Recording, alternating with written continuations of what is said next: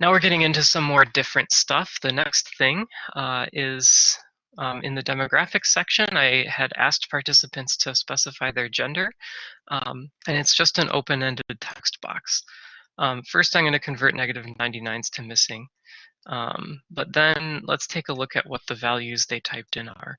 I'm going to use the table function, which just shows me counts of all the unique values of this variable.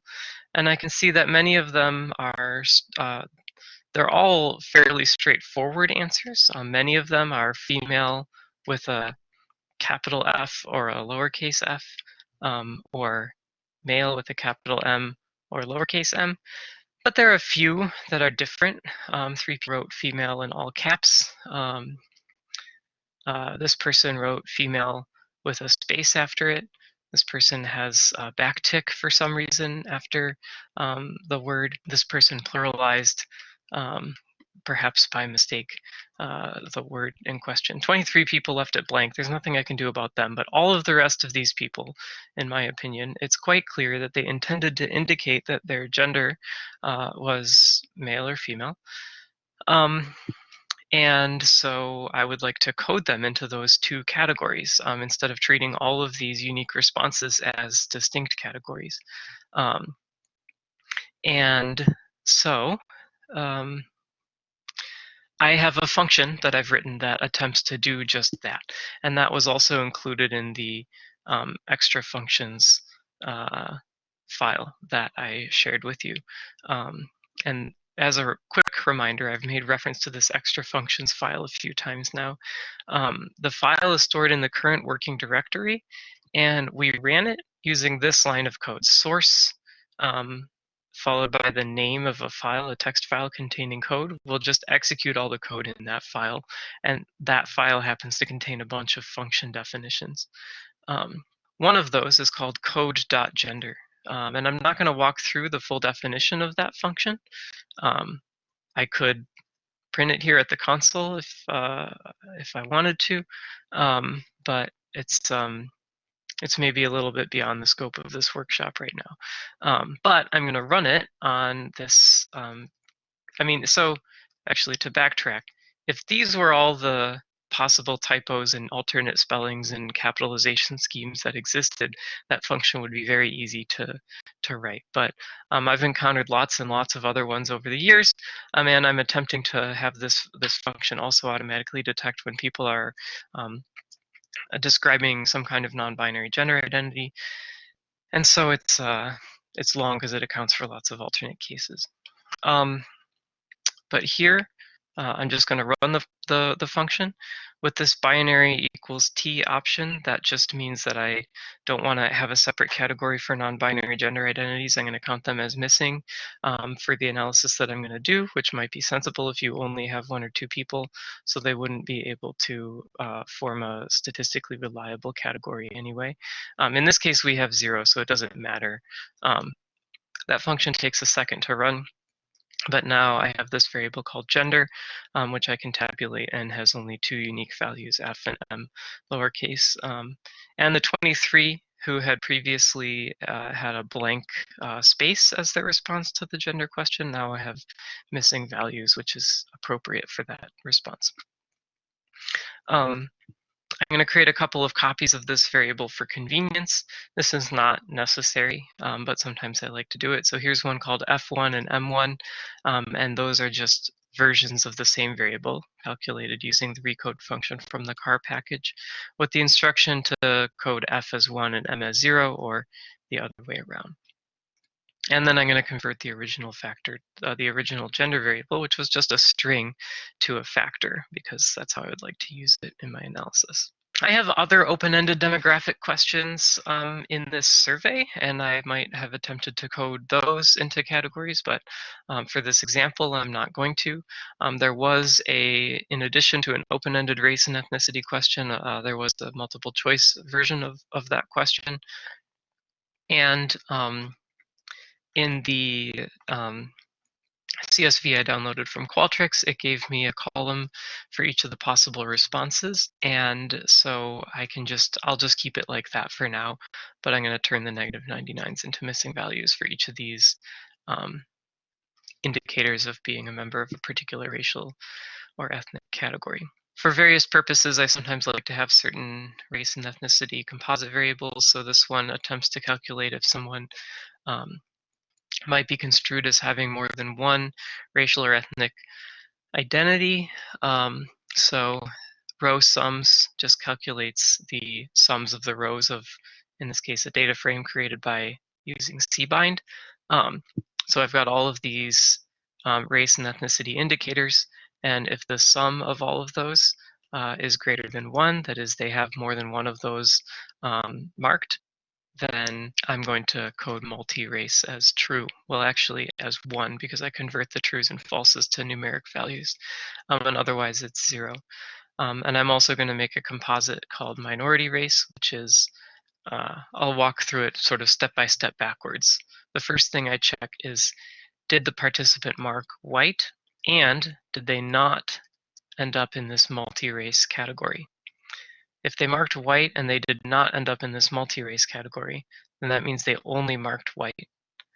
And they'll have true for the highlighted portion of the code if they only marked white, and false otherwise. I'm going to convert those trues and falses to numeric values using what the part of the code that's now currently selected. And so it'll be 1s and 0s. And then I'm going to take 1 minus that, so that it will be 1 if they have any minority racial identity, and 0 if they marked white and nothing else. I don't think I'm going to do anything with those variables in the analysis example that I'm going to walk through today. But those are ways of coding this information that sometimes are useful to me. There's a few other demographic items. Religiosity, the only thing I'm doing to it is turning negative 99s into missing values. Same for this liberalism variable, which is just my shorthand for the political orientation variable on a scale from very conservative to very liberal. Call it liberalism because I like the name of the variable to tell me what higher values mean. This is maybe a useful tip. It maybe doesn't work for everybody, but for me, I like to not have to remember what higher numbers mean for a particular variable, so I wouldn't call this political orientation because then it's not clear what higher numbers mean. I call it liberalism because then I know that higher numbers indicate more liberal and less conservative. Same here for religiosity. Higher numbers indicate more religiosity. Okay, I have an additional political orientation variable that I called libcon in the original raw data. That's just a forced choice between being more liberal or more conservative. The responses were marked as 1 and 2 by Qualtrics, so I'm converting them here to lib and con, so that now libcon is, I could just look at a table of it, for example. It has 96 cons and 154 libs, and I'm going to do the same thing I've done for a few variables before, where I create copies of it that have one or the other of those coded as 1 and the other as 0. I'm going to convert it to a factor. I have a formal education question. Here I'm recoding it so that the numeric responses that exist in the raw data are given string values that are sensible. And then I'm going to make a couple of copies that indicate various properties of someone's self-reported education. So this indicator will specify if the person is a college graduate. 152 of them are. And this one will specify if they have a 4-year degree. 117 of them are. And then I'm going to convert the original education variable to a factor. They responded to a question asking if they had ever had depression or any other mental health issue. So here I'm just converting their responses, which got coded as numbers by Qualtrics, into yes if they said yes, no if they said no, and skip if they saw the question but chose not to answer it. So this is one reason why I asked Qualtrics to use these negative 99s for if they saw the question but didn't answer it, because in certain rare cases, I want to actually distinguish between someone who never saw the question and someone who saw it but chose not to answer for a sensitive question like this, because choosing not to answer might be important. So I'm going to run those things. I'm calling those variables u-ever depression and u-ever mental health. Sometimes I will just sort of parrot phrasing from the question in order to remind me what participants were responding to there. And I have a question asking if participants were willing to admit that they were joking on any of their responses to any questions. And here I've coded it as 0, 0 yes or skip. Yeah, sorry about that. I guess I could have called it no, yes, and skip like with these other two questions, but consider it a little joke of my own. Not a very good one. And finally, I have information about the order in which they saw authoritarianism need for cognition in the trust courts measure. And all I'm doing here is using the recode command again with a bunch of values that came from Qualtrics being converted into ones that I have an easier time interpreting. But we're not going to look at that in the analysis, so I'm not going to dwell on it. Okay, so now I have computed a bunch of variables that I might want to use. And I would like to have them, they're currently all in the global environment here. You can see we have a long list of variables in the global environment. Some of them are things like min-max, functions that are user-defined that are stored in the global environment right now. And others are like liberalism, like variables that we calculated just now. What I would like is to take all of these variables from the global environment that are going to actually be used for analysis and put them in their own data frame. I could have been putting them in a data frame all along. I could also have been adding them into the existing raw data frame all along. Both of those are perfectly acceptable ways to do it. And I just decision at one point that this workshop would be slightly easier to walk through if I did it in steps like this, where I stored them in the global environment at first, and then later put them into a data frame. This comment here kind of explains the same thing that I just explained out loud. What I'm going to do next is create this new data frame that has each of these variables that I've computed so far as a column. And it's one long line of code. So this whole section from, well, I'll just select it. That selected part of the file is one line of code in R's eyes. It just doesn't finish. All of these commas, are separating arguments to the data frame function. That has not yet been closed until the very end down here, with the final argument strings as factors equals f. So data.all is the arbitrary name I'm giving this data frame. You may recall that the raw data that I'm using right now is data.raw. I used to like to name my data frames data.something. I've switched to using dat, dat instead of data for that purpose. Maybe because it's one letter shorter, I don't know. But this is from like 2015. And data.all is going to be assigned the output of the data.frame function, which is a function that creates a data frame, delivers what it promises. And the first bunch of arguments to this function are just names of variables from the global environment. Conveniently, if you include a variable like this as an argument to this function, it will add that variable as a column to the created data frame, and the name will be the same as its name in the global environment. So cond will be called cond, and it will be a column of this data frame. So that's very handy for me. I don't have to specify new names for these things because I already named them things that I want to call them. They're just going to be all packaged together in one data frame. These are all the variables that I created that I want to keep track of, all the way up to here. And then just one more argument, strings as factors equals f, false, because by default that's true. And some of these things I don't want to convert to factors that are currently stored as strings. One example of that is the gender text variable right here, which is text response to the gender question that I don't necessarily want to treat as a factor. That might be the only example in this case because I deleted a lot of the, like I had the participants' comments about the survey, but I deleted those before sharing it with you for de-identification purposes. Okay, so now I'm going to run this long line of code. Oh, look at that. Multi-race not found. Did I like forget to run that one? I might have forgotten to run it while explaining what it was doing.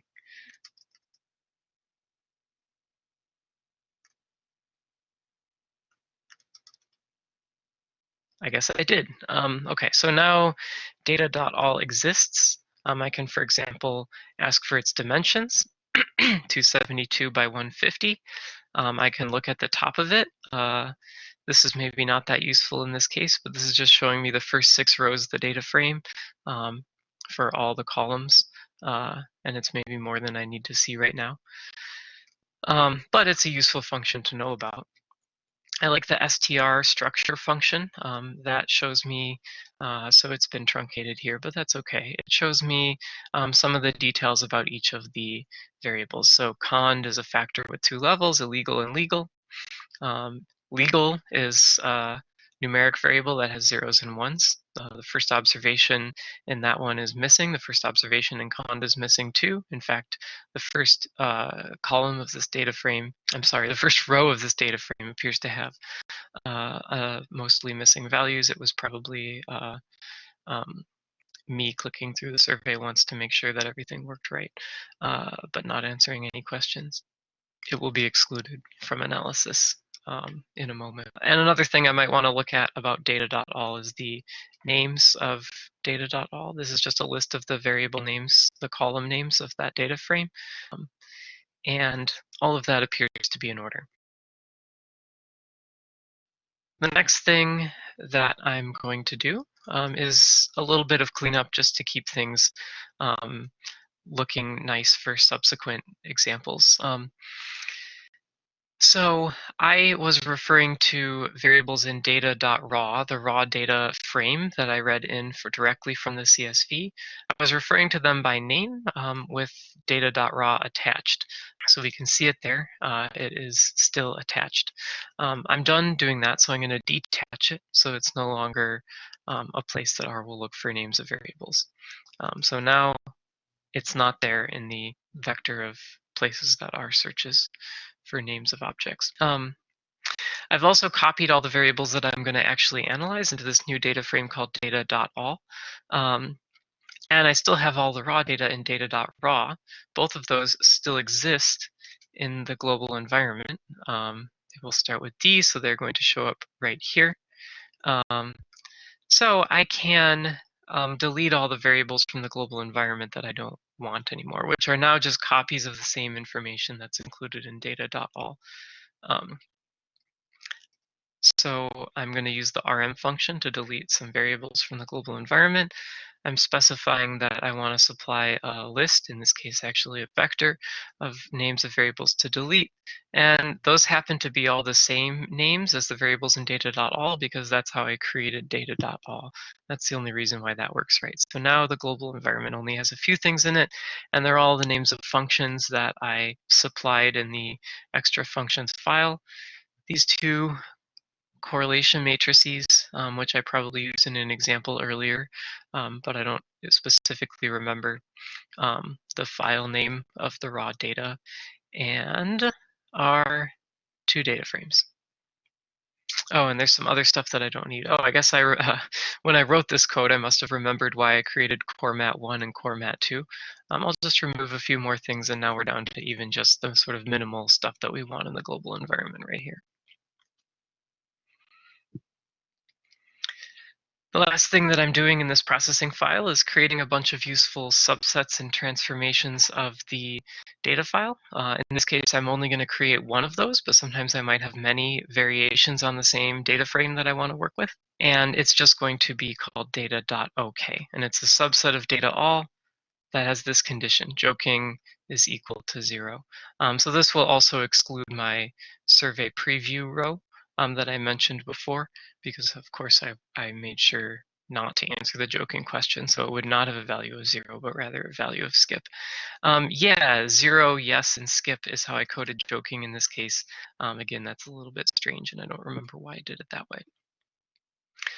So now data.all has 150 columns, 272 rows, and data.ok has the same number of columns appropriately because it's just a subset of the same data frame, but only 251 rows.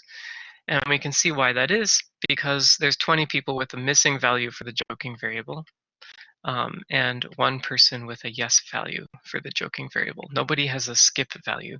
What that means is that one person was joking and they're actually excluded from the sample on purpose. 20 people didn't reach that part of the survey and just quit before they got there. So those people didn't really have enough valid data to analyze anyway, but this way I have them omitted from the data frame in the first place that I'm going to actually work with for the analysis.